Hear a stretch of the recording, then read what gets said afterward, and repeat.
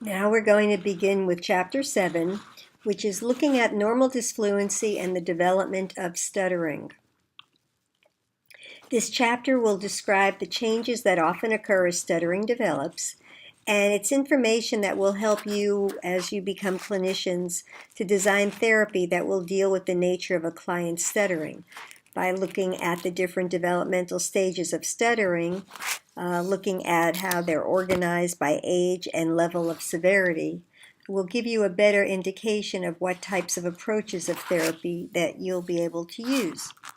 So, for example, if we see the children have different developmental levels, we first see the very young child, and you can see this picture a little bit more clearly if you want to from your Barry Guitar stuttering textbook, and you can find that on page 114. So we see the very young child becoming disfluent, which is a normal way of learning about language and speech development. Usually normal disfluency is anywhere from about 1.5 years of age through 6 years of age. Although even a small amount of normal disfluency continues in more mature speech. And that's where we see the child saying something like dad, dad, dad. The younger preschool child is what we would consider the borderline stuttering behavior, where that looks like something like wah, wah, wah, wah, watch my car go. The older preschool child has more of beginning stuttering, and the older preschool child's usually around the age of 3.5 to 6 years of age, where we may see that repetition on an initial consonant sound, something like can I go out to play. From 6 years to about 13 years of age, we see the school age or that intermediate stuttering pattern where the child may say something like don't no. And then the older teens and the adults have more of an advanced stuttering pattern that's 14 years and above. And we see them having something spoken such as could you make a phone call for me. So those are that's the overview of the different patterns and groupings of the developmental levels. And this is what that picture reflects. On the left side is the developmental or treatment level, and then the typical age range. That you'll find on page 115 in your textbook. So there are different developmental treatment levels, and there are many exceptions to these levels of development, and so you just need to be aware that there may be nuances of children that may not fit the mold. So we see that there are 4 levels of stuttering development that are useful to determine a treatment approach. First level might be the 2 to 4 year old, where they have repetitions which progress to prolongations, then blocks, and then more tension. The second level can be delayed speech, which is most common where there's articulation errors or rapid speech. These are children that may have trouble hearing their own speech, children that may have some auditory processing difficulties. And actually on that Ed Sheeran videotape that I've put on this chapter, you'll see that there are some rhythms that a drummer will be playing and listening to see if you can hear the distinction between the rhythms. And some of our children who have this stuttering behavior have difficulty hearing their own speech, hearing the distinction between rhythms. The third level would be less common, where there's a sudden onset of stuttering with lots of tension that causes a tightness and laryngeal blocking that you hear in the way the child is trying to get the words out.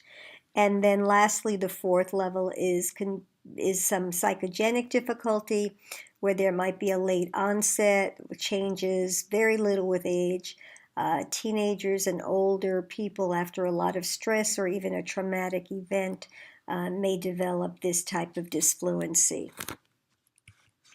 So we see that the normal disfluency occurs between the ages of 2 to 5. And on the left side, you can see the type of normal disfluency and an example on the right side. So part word repetitions like milk, or single syllable word repetitions like I want that. There can be multisyllabic word repetitions. So lassie is a multisyllabic word and you're repeating it. Lassie, lassie is a good dog. There can be a phrase repetition. I want a ice cream cone.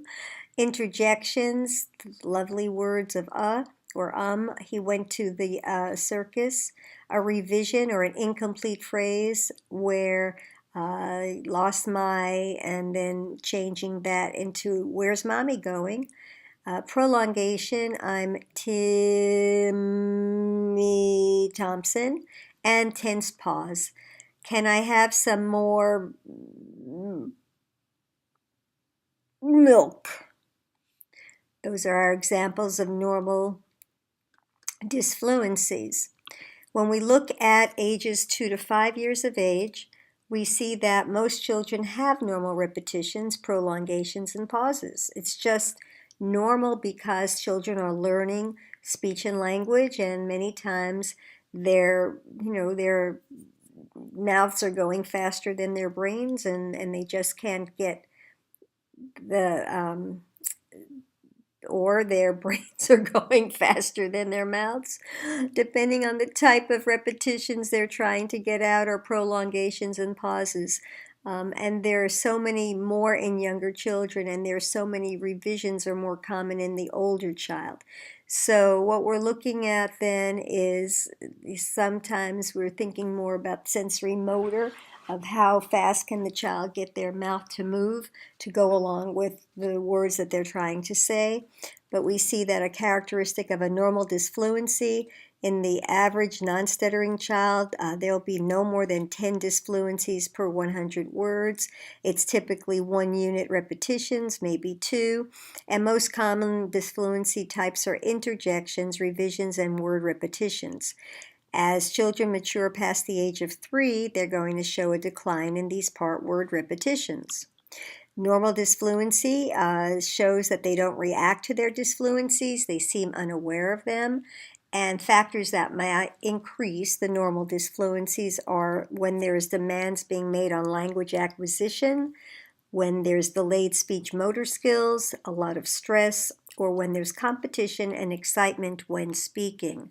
So these are some of the normal disfluency that children age 2 to 5 will represent or present with. We see that stuttering children have more than twice the amount of disfluency.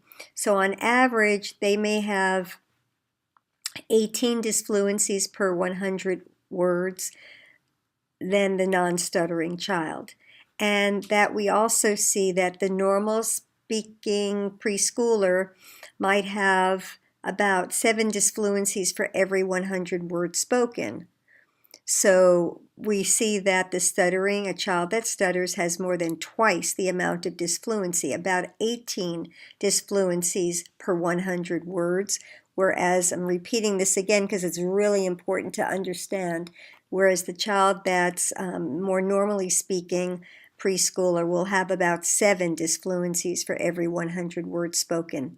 But we also have to make sure that we don't just use the number of words that are disfluent as the only measure of clinical determination if the child is warranting speech and language therapy. We also want to look at other issues that might be going on in the family, in the environment as well. When we look at the younger preschool child, we're looking at the borderline stuttering, and that's usually ages 2 to 3.5 years of age. So that's the example of someone that might sound like, whoa, whoa, whoa, watch my car go. And again, we see that as mentioned, there's more than 10 disfluencies per 100 words. Often there's more than 2 units in repetition. So here we see in the example, wa, more repetitions and prolongations than revisions or incomplete phrases. We see these disfluencies are pretty loose and relaxed, and usually the child's not going to react to them. Some of the underlying processes, the constitutional underlying processes, would be speech and language development, that some language and speech skills may be more advanced than others, and that there is inefficiency in some of the language production processes. We can also see, if we look at underlying processes and look at the environment, we see that there's communication stress. What does that mean? There may be models of very fast talking with few pauses. There can be interruptions and questions being asked. There may be models of advanced vocabulary and syntax, and the competition to be heard. As I mentioned prior, many times I have seen in my work that children that are now competing for parents' attention because of the birth of a sibling can lead to some of these stresses for them in their environment. Psychosocial stressors can be conflicts in the family, the birth of the new sibling, and changes in the home and moving. Those are also stressors. When we look at outgrowing the borderline stuttering for a child who's 2 to 3.5 years of age, we look at resources to reallocate, to compensate. We're looking at their speech and language systems are maturing, and so they're speaking as their mouth is moving in the same speed as they're thinking. And if there's any conflict, getting used to a sibling, getting adjusted to a new home, the conflicts seem to be resolved. When we see the older preschool children who are in the beginning stuttering stages, they're age 3.5 to 6 years of age. The example we see is the can I go out to play? These are some of the characteristics of the beginning stuttering in the older preschool child, and you have this on your in your textbook page.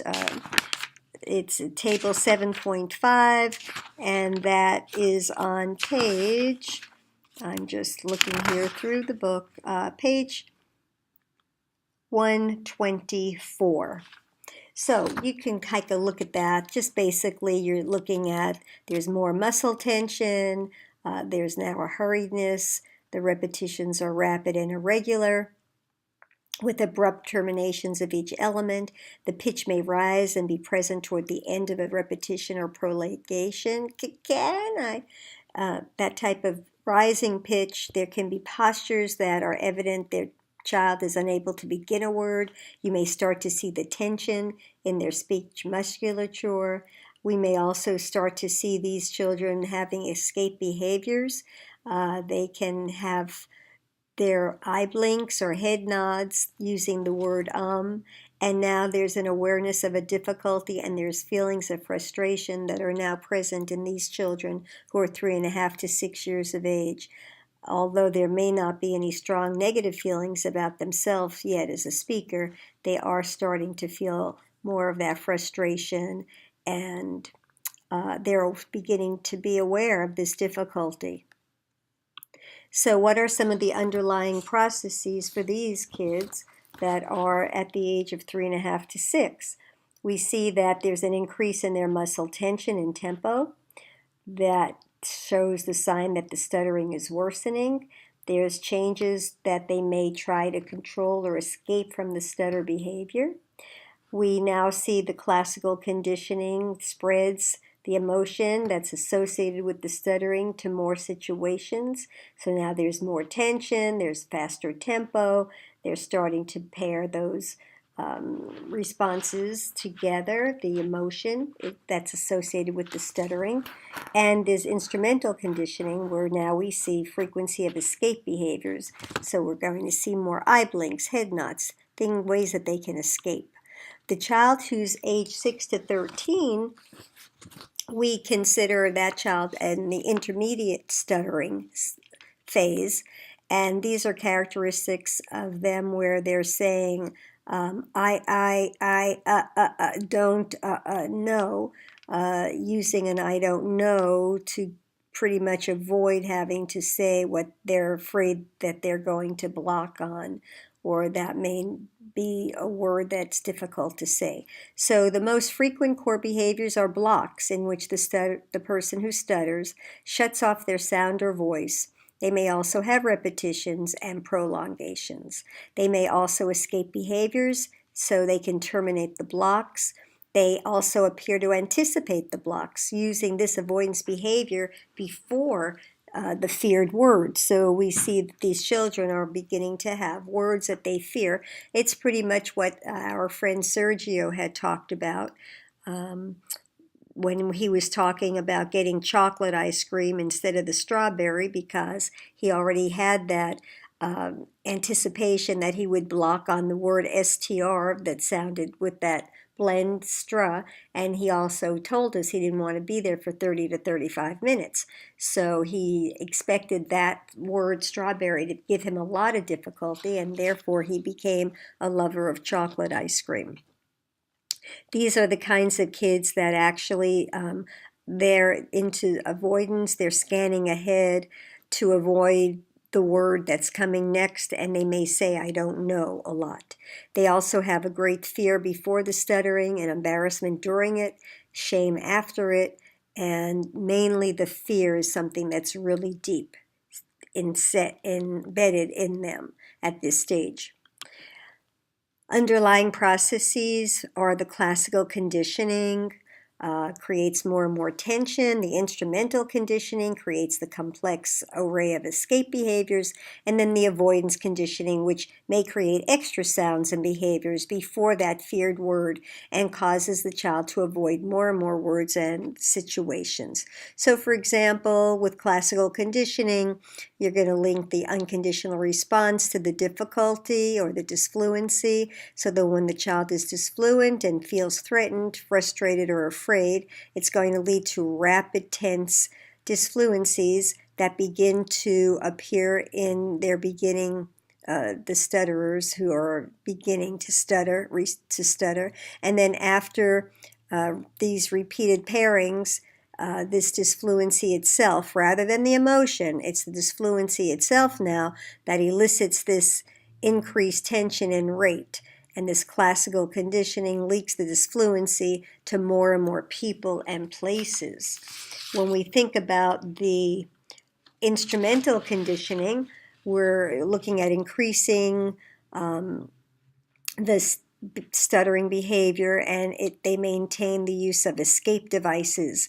So these behaviors are negatively reinforced when the person who stutters has frustration, terminating it by escape behavior, and then they're positively reinforcing their stuttering behavior. So that's part of the instrumental conditioning. And then the avoidance conditioning is where we see the children avoiding words, changing sentences around to avoid speaking situations totally. And we have a really interesting picture of what a school-age child expresses his emotions about his stuttering. And there he is, locked up in a room. It's not sunny where he is. It's raining. It's cloudy. His face is not happy, but if you look at the girl outside, she's in the sun, she's running, and she's got a happier face. So this is how it feels for the school-age child about when he stutters and his stuttering behavior. When we look at the older teens and adults, we're looking at the advanced stuttering, and this is ages 13 plus.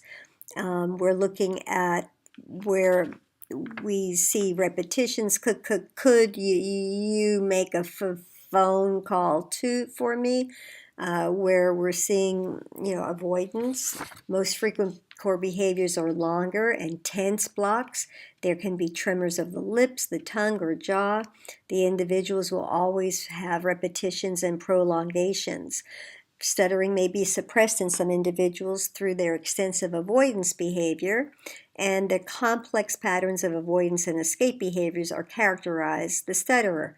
person who stutters. So they may be very rapid and so well habituated that the person who stutters may not even be aware of what he or she is doing. Emotions of fear, embarrassment, and shame are very, very strong. And the person who stutters has negative feelings about himself as a person who's helpless and inept when they are in stuttering behavior. This self-concept may be pervasive. So this person is carrying that self-image of themselves as someone who is helpless, who can't really get their needs met, and carries that along with him in every situation. Some of the underlying processes here for this individual who is more of the advanced stuttering stage: minimal influence of original constitutional development and environmental factors. There's learning and experience. They've changed already their brain structure and function, and avoidance learning has created enduring stuttering patterns. So whatever may have caused their behavior to stutter when they were younger is long gone, and yet this now remains over time with a different brain structure and function, and these avoidance patterns that have already been created and continue to endure. Some of the underlying processes that we talk about are the cognitive learning creates negative self-concept. This comes from the listener reactions from childhood and later, and these people who stutter also project their own negative feelings about stuttering onto others. So even if someone else is listening to them and does not really have a negative attitude towards them or feels negatively about anybody who may stutter, the person who is stuttering is going to project their own negative feelings onto those people that are the listeners. And our last slide is looking at the characteristics of the 5 developmental or treatment levels. And again, this is broken down into 5 different levels. Barry Guitar looking at if we know more of the developmental levels or treatment levels, we can understand them better, and this will help with our therapeutic approaches for individuals who stutter. So we see the normal disfluency, the 10 or fewer disfluencies per 100 words. There can be 1 unit repetitions. They're mainly repetitions, interjections, revisions. Secondary behaviors, none. Feelings, attitudes, not aware, no concern. And then the underlying processes, there are stresses of speech and language and maybe some psychosocial development. Looking at the next level is the borderline stuttering. 11 or more disfluencies per 100 words, more than 2 units in repetition, more repetitions and prolongations than revisions or interjections, and there's no secondary behaviors. Generally, the individual is not aware and may occasionally show some momentary surprise or mild frustration. What are some of the underlying processes? Stresses of speech, language, and psychosocial development that are interacting with constitutional predisposition. When we look at the beginning stuttering, we're looking at that rapid, irregular, intense repetitions that may have fixed articulatory postures and blocks. We may see secondary behaviors already with escape behaviors such as eye blinks, increases in pitch or loudness, and disfluency is progressing. We see that the feelings and attitudes, they're aware of the disfluency and they may express the frustration, and that the conditioned emotional reactions causing this excess tension is instrumental. Conditioning results in the escape behaviors. So that's what we see with the beginning stuttering, and we usually talk about that age is 3.5 to 6 years of age. Just going back for a minute, when we talk about the borderline stuttering, we're looking at ages 2 to 3.5 years of age. And the normal disfluency, starting up at normal disfluency, was 2 to 5 years of age. So just to look at that again, normal disfluency can be from 2 to 5 years of age. The borderline stuttering can be anywhere from 2 to 3.5 years of age. The beginning stuttering can be anywhere from 3.5 to 6 years of age. And then if we look at the intermediate stuttering, That can be anywhere from 6 to 13 years of age, where there's blocks in sounds and airflow is shut off. There's escape and avoidance behaviors. There's fear, frustration, embarrassment, and shame, and the above processes of the ones that are already mentioned, plus avoidance conditioning. And lastly is our advanced stuttering stage, where it's usually ages 13 and plus, where there's core behaviors are long, tense blocks, and some have tremors. The secondary behaviors, escapes and avoidance behaviors, and then there's fear, frustration, embarrassment, and shame, negative self-concept, and any of the underlying processes we've already mentioned, plus cognitive learning. So to summarize, we can see that each individual has their own course of development. It's influenced by the interaction of constitutional and environmental factors, and that you as upcoming clinicians need to, or already clinicians in the field, need to use your own understanding of the underlying processes to design the procedures to treat each individual's core behaviors, their secondary behaviors, and their feelings and attitudes. So with the advanced stuttering, we might see that therapy may be easier, as a client can assume responsibility for generalization. However, the therapy may be more challenging because the core behaviors may be now long blocks with considerable tension, and there may be some visible tremors. There may be secondary behaviors such as word avoidance and escape behaviors, and even situational avoidance. These advanced stutterers may hide and disguise their stuttering, and they may be in a constant vigilant state.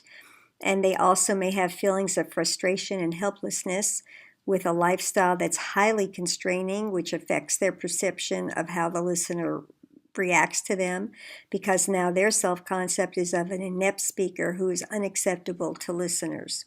So it's up to each one of us as clinicians to look at where the child is, or the teenager, or the adult, whomever is in front of us, to determine, of course, whether their disfluency is with an I or a Y, if it's a natural, normal, disfluent pattern, or is it one that is beginning stuttering behavior or more than that.